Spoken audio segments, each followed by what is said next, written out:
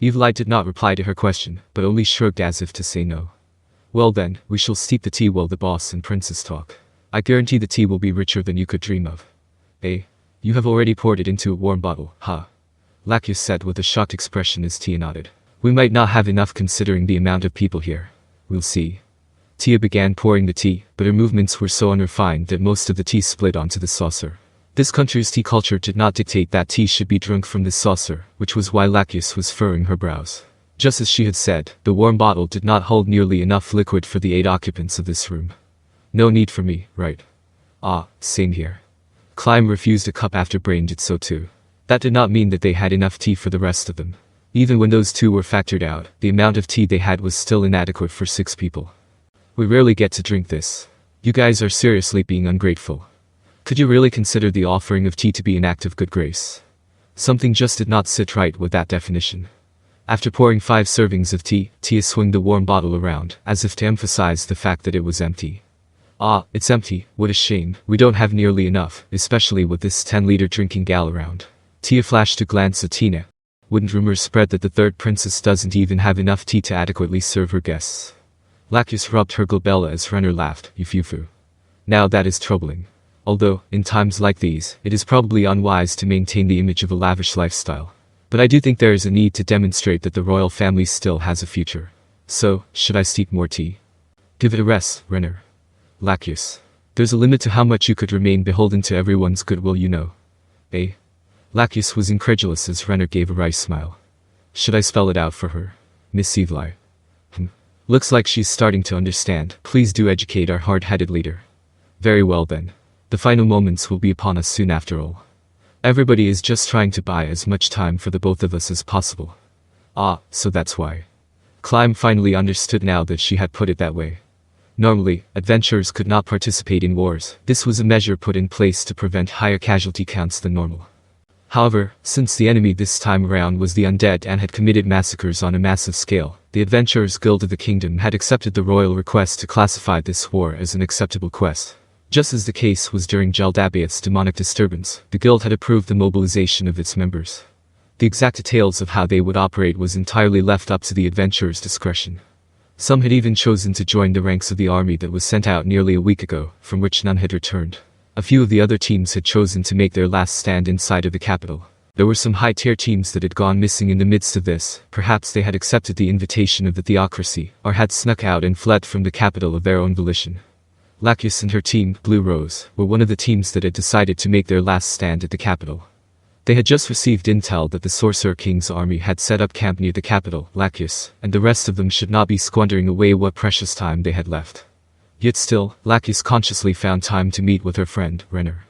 Considering that it was extremely likely, no, they were 100% certain that this was the last time she could meet with Renner. The truth was, she had already prepared tea for 5 servings for Evelyn, Gagarin, Tina, and of course, the one being handed to Climb. Yet, it seemed that none of them was planning to drink it. If they had told Lacus outright that she should allocate time to bid her farewells with her friend, she would have definitely rejected that notion based on her personality alone. If they phrased it as her having a cup of tea with her buddies, however, she would probably be much more receptive to the idea. Her companions were just being considerate. So, Brain and Gloss. I want to make tea for the remaining few, who must be terribly parched at this point. Show me the way to where the water is boiled. Oh, it's this way. That was probably why. Tina and Tia managed to get the better bodyguard of the 2 out of the room. Should I leave too? Oh, don't mind it. That wasn't why they let him away. Climb asked Evelyn only to receive an answer in the negative. Climb was a bit confused. So they were not trying to grant Renner and Lacus more privacy by getting everyone else out of the room. Gagarin and Evelyn did not seem to want to leave at all. Did she really only want him to lead her to where the water was boiled then? Since everybody has insisted, let us chat a little before the tea is ready. Ah. Before that, I have a question. Where were you just then? If you were busy preparing for what is to come, then I will just leave. Do you know of the orphanage that I established? I had just returned from cooking there. Cooking. At times like these. Lacus vocally expressed her shock. Climb was surprised too when Renner had asked him to prepare the carriage, so that she could go cook for those children. However, upon arriving at the location and seeing the state of the place, Climb knew that she had made the right decision. Yes.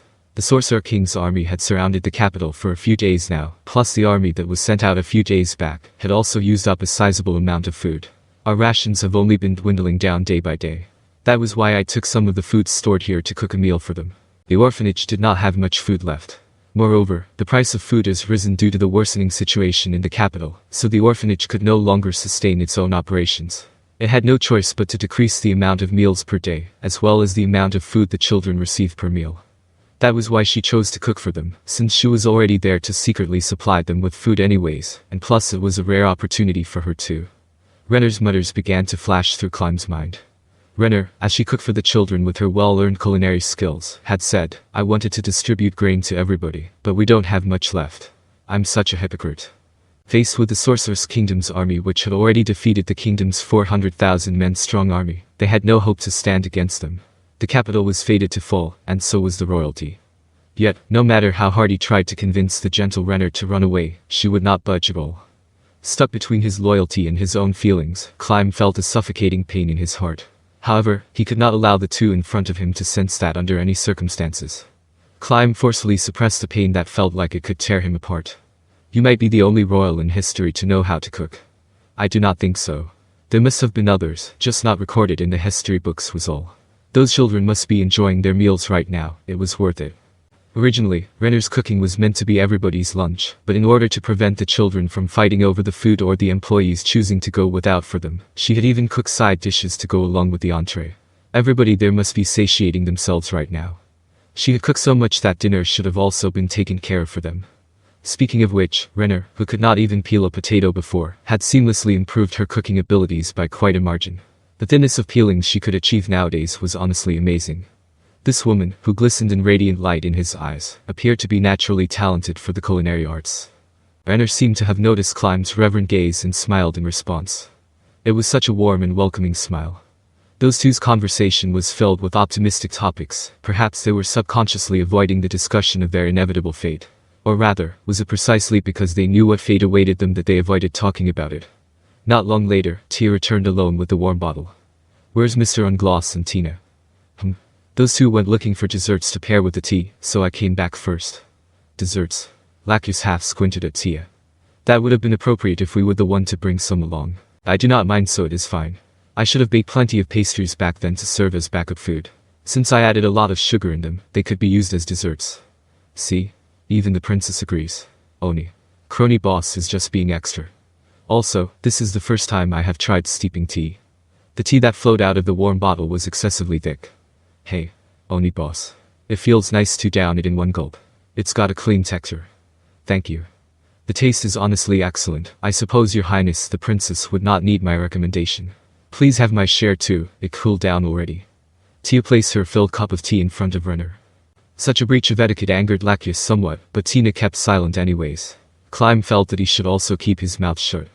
Lacus picked up her cup and breathed in the fragrant smell. Her expression became twisted. The taste was too strong. "Don't mind it." "Of course I would mind. This is the first time I have drank such a strong tea. How many leaves did you add?" Hey. I know you said this was your first time, but there's no need to quiver with such excitement." So that was why they were looking for desserts, to balance the flavor. Understandable. Renner, you were right to not drink it. How rude. Not even the term Oni could do you justice, Oni boss. Ha, just try to make something more edible next time. Lacus picked up her cup and slipped from the corner of her lips. Her expression twisted into something resembling the character. Just how thick was the tea? Tia, who stood next to Lacus, stole glances at her and asked in a matter-of-fact tone, "Is it tasty?" "Ha, if I am being honest, it is too bitter. I would not call it good." Lacus's expression began to contort. She pushed Tia aside and held on to her stomach. The items on the table shook as she wobbled. In the midst of the chaos, Climb finally noticed that Lacus's gown had been stained red. A thin, stick-like object had been thrust through her. He could not comprehend what had happened. His brain could not accept what he was seeing right now. Who would have thought that Lacus would be penetrated by Tia? Lacus was also in a confused state, not even casting healing magic on herself. It was as though she was trying her best to understand what was happening. Gagarin ran to Lacus's side.